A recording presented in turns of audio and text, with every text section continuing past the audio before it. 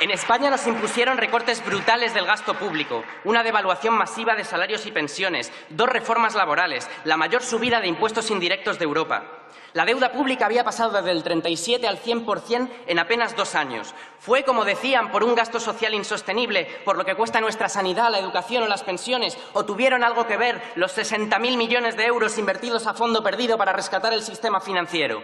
Desde entonces la banca ha ganado 100.000 millones más, pero no devuelven el dinero. Eso sí, nos reformaron la Constitución para asegurar a todo riesgo los intereses de esa deuda, la deuda de los bancos, que nos cuesta hoy 31.000 millones de euros al año, 85 millones de euros al día. El Congreso de los Diputados ha aprobado por 316 votos a favor la reforma del artículo 135 de la Constitución para incluir el principio de estabilidad con los votos a favor de los grupos proponentes PSOE y PP, a los que únicamente se han sumado los 2 diputados de UPN. ¿Qué ha hecho mal su partido? Algunas cosas. Por ejemplo, aprobar una reforma constitucional sin el refrendo de los españoles. Este es el capitalismo a la europea en la era de la austeridad. Rescatamos a quienes hundieron el sistema, nosotros pagamos la factura y a ellos les brindamos los beneficios para hacerlos intocables. Estos son los resultados. Hoy en Europa el 1% de la población concentra el 32% de la riqueza. Hay 468 personas con más de 1.000 millones de dólares cada uno. Mientras tanto, 119 millones de personas, el 24% de la población, están en riesgo de pobreza. Mientras aquí no subían el IVA al 21%, 300 sociedades multinacionales pagaban un 1% de sus beneficios como impuestos por medio de acuerdos secretos con Luxemburgo. Bruselas cuestiona cada euro de gasto social, pero no hace nada mientras se oculta en paraísos fiscales un 15% del PIB europeo. Las finanzas, señorías, han secuestrado la democracia en Europa y utilizan las instituciones que tienen a su servicio para socializar sus pérdidas y privatizar sus beneficios. Y si les parece una exageración, explíquenme qué ha pasado con la sentencia sobre las hipotecas del Tribunal Supremo o con el artículo 135 de la Constitución. Todo esto no es el resultado de una tormenta.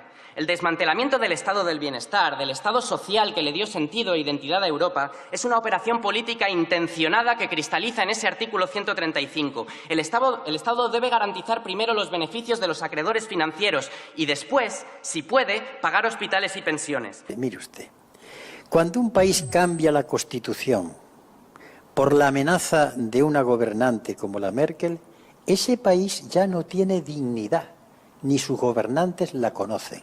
Decir que pagar la deuda a los bancos es primero que los gastos de los españoles se llama traición.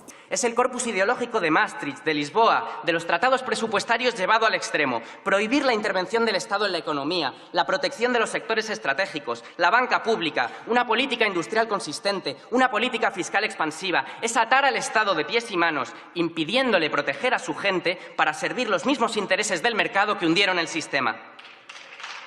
Detrás del Brexit, detrás del auge de la ultraderecha xenófoba y machista, está la crisis de un modelo social que ha abandonado la defensa de las condiciones de vida en Europa. Y qué casualidad que los supuestos patriotas no cuestionen jamás los poderes financieros que están vaciando la democracia. Por eso no se trata solo, señor Sánchez, de derrotar a la ultraderecha, incluida su sucursal española. Se trata de construir un horizonte de certidumbre y seguridad que responda a los retos existenciales de Europa. Esa es la tarea importante. Entre su pacto de investidura con Ciudadanos, la abstención para que gobernara el PP y el acuerdo de presupuestos con nosotros, se resume el dilema de la socialdemocracia europea. Solo quedan 2 partidos socialdemócratas en Europa por encima del 30%, Reino Unido y Portugal. Los que han corregido el rumbo de la austeridad han sobrevivido. Quienes se han mantenido en la gran coalición están arrasados. Por convicción, aprendizaje o supervivencia, usted giró el timón en la moción de censura. Con más o menos acierto, con todos nuestros errores, siempre le hemos señalado ese camino. Es una pena que se decidiera usted tan tarde y que necesitara para ello una sentencia aprobando lo que toda España sabía, que el PP había cooptado el Estado como una organización criminal con el fin de corromperlo. Ha habido sobrada prueba de que el Partido Popular se ha beneficiado de la actividad delictiva realizada en el Ayuntamiento de Majadahonda. E insistimos, el Partido Popular, volvemos a insistir, el Partido Popular, no el Grupo Municipal. Los actos pagados con cargo a este fondo gabinete han sido actos de pegada de carteles, actos de campaña, cartelería, actos referidos a campaña Esperanza Aguirre y trabajos en la sede del Partido Popular. Realmente no se alcanza a comprender en qué medida el ahorro que hizo el Partido Popular del pago de sus gastos haya revertido en el bien del Estado o haya revertido en el bien de los españoles. Se trata de un beneficio de la formación política. Un beneficio, además, perfectamente cuantificable. El señor Bárcenas había procedido a sustraer fondos de la caja del B del Partido Popular. Hemos debido acreditar y ha quedado plenamente acreditada la caja B del Partido Popular reflejada en los papeles de Luis Bárcenas. Ese giro llegó demasiado tarde, ha sido demasiado dubitativo y se ha dejado sofocar por el ruido de una derecha incapaz de digerir la pérdida del Estado. En un país donde el 23% de la población vive con menos de 600 euros al mes y el 35% con menos de 900, la subida del salario mínimo no debería ser una bandera aislada, sino apenas un primer paso para mejorar la vida de millones de personas. Señor Casado, señor Rivera, ¿saben cuál es el enemigo de la creación de empleo en nuestro país? No es el salario mínimo, son 3 millones de horas extra no pagadas por los empresarios todas las semanas, trabajo gratuito, fuera de jornada, sin remuneración. ¿Saben qué amenaza la calidad del empleo? No son los 900 euros, es que España sea el país con más contratos temporales de Europa. ¿Saben qué amenaza la dignidad del trabajo? La brecha salarial entre hombres y mujeres, las becas no remuneradas, los sueldos de miseria, la explotación, 652 muertes por accidente laboral el año pasado, 7.500 en una década, una emergencia nacional de la que no les oigo hablar nunca. El problema, señor Sánchez, no es lo que diga la derecha. Es que ustedes no han derogado las reformas laborales que han causado toda esta precariedad. Es que no han acompañado esta subida con un empeño coherente para transformar nuestro modelo industrial y productivo. Se lo hemos propuesto con Navantia, con Alcoa, con La Naval y no nos han dado respuesta. Es que el otro día vimos en Madrid la vergüenza de que se sacara por la fuerza de sus casas a familias con niños pequeños porque una inmobiliaria les había subido los alquileres un 300%. La ONU había pedido que se parara ese desahucio. La vergüenza es que se permita que en España se sigan violando los derechos humanos en nombre del beneficio privado de unos pocos. Ojalá se tratara de casos aislados. Ustedes se pusieron de lado cuando la banca obligó a modificar la sentencia del Supremo.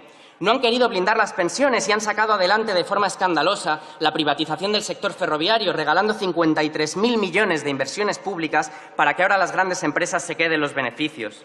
No se han atrevido a firmar el Tratado de Prohibición de Armas Nucleares por presiones de Estados Unidos, igual que siguieron adelante con la venta de armas a Arabia Saudí y mantienen retenido el Open Arms mientras se ahogan personas en el Mediterráneo. Como no se ha derogado el voto rogado porque estaban esperando al PP, que nunca lo iba a aprobar porque la gente a la que han echado del país no les vota.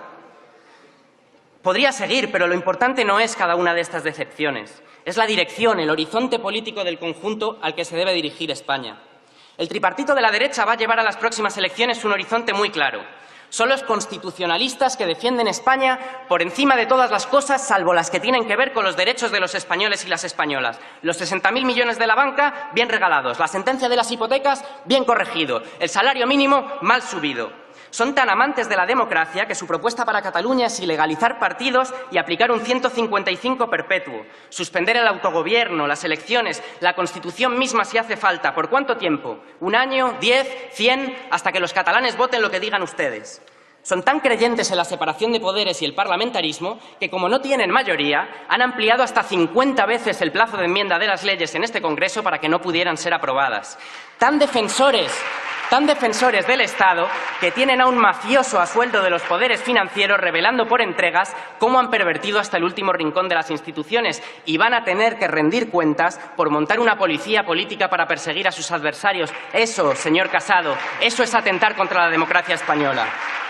Tan españoles, pero tanto, que les sobra en España quienes vienen de fuera, quienes tienen otra relación, las mujeres que deciden sobre su cuerpo, las feministas que no quieren que las violen ni las maten, los colectivos LGTBI, salvo que sirvan de atrezo para tapar las banderas franquistas, ¿verdad, señor Rivera?